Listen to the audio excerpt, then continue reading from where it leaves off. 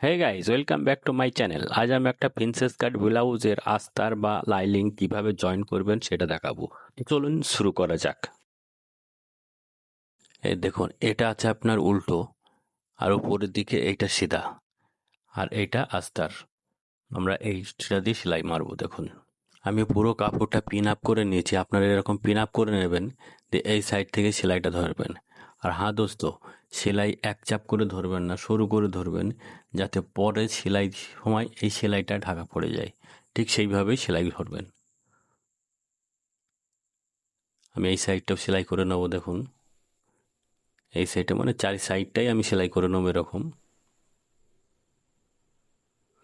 আর আস্তারটা উপরেই রাখবেন। আর শাড়ির যে পাটটা, কাপড়টা সেটা নিচেই থাকবে, আপনারা নিচে রাখবেন ওরকম। এ সাইডটাও এরকম সেলাই করে নেব। এই সাইডটা করে নেবো একেবারে। এই দেখুন, সুতোটা কাটার পর দোস্ত, এরপর আমি সেম করে কাপড়টা কাটবো। এরপর আমি বাড়তি রাখবো না। যেহেতু আগে আমি একটু বাড়তি রেখেছিলাম, দিয়ে সেলাই করে নেওয়ার পর এরপর একেবারে সেম সেম করে কেটে নেবেন।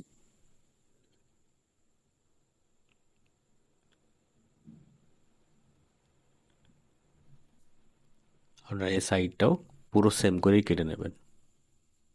এবার যেখানে যেখানে যে ন্যাচাগুলো আছে ওগুলো মেরে নেবেন। দোস্ত, এটা এরকম ভাঁজ করে নেবেন, হাফ করে নেবেন। এটাকে 1.5 ইঞ্চি মতো ছেড়ে ফের একটা ভাঁজ করে নেবেন। এইখানে এরকম চকের মার্ক করে আপনারা এটাই ব্যাকের ডট দেবেন।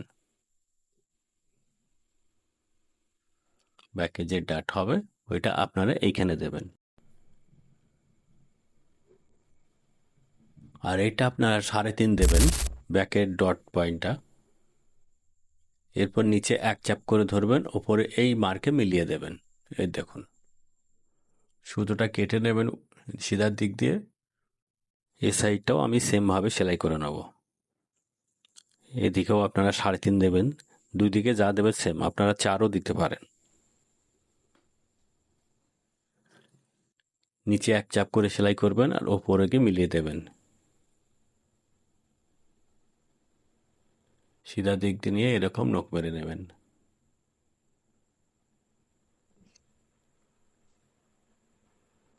দোস্ত, এরপর এইটা আমি লাইনিংটা অ্যাটাচ করব। দেখুন, সামনের পাত।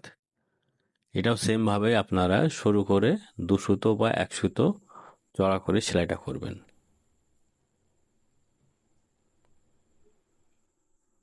রেডি সেলাই যখন দেবেন তাতে এই সেলাইটা ঢাকা পড়ে যায়, ঠিক ওইভাবেই সেলাই করবেন।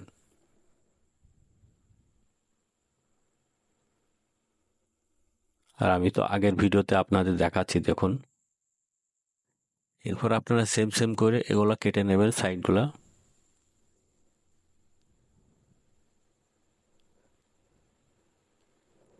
এক্সট্রা কাপড় রাখবেন না কোনো সাইডেই।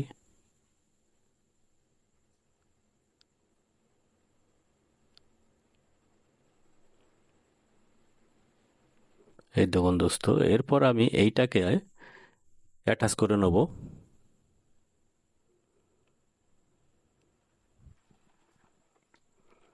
এটাও ঠিক শুরু করেই সেলাই ধরবেন 1 সুতো বা 2 সুতো।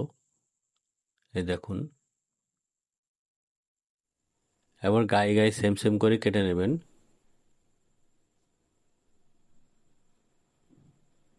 এরপর হাতাটা কিভাবে অ্যাটাচ করছি দেখুন। হাতাটার এইটা সিধা, আর ওপরে যেটা আছে ওইটা উল্টো।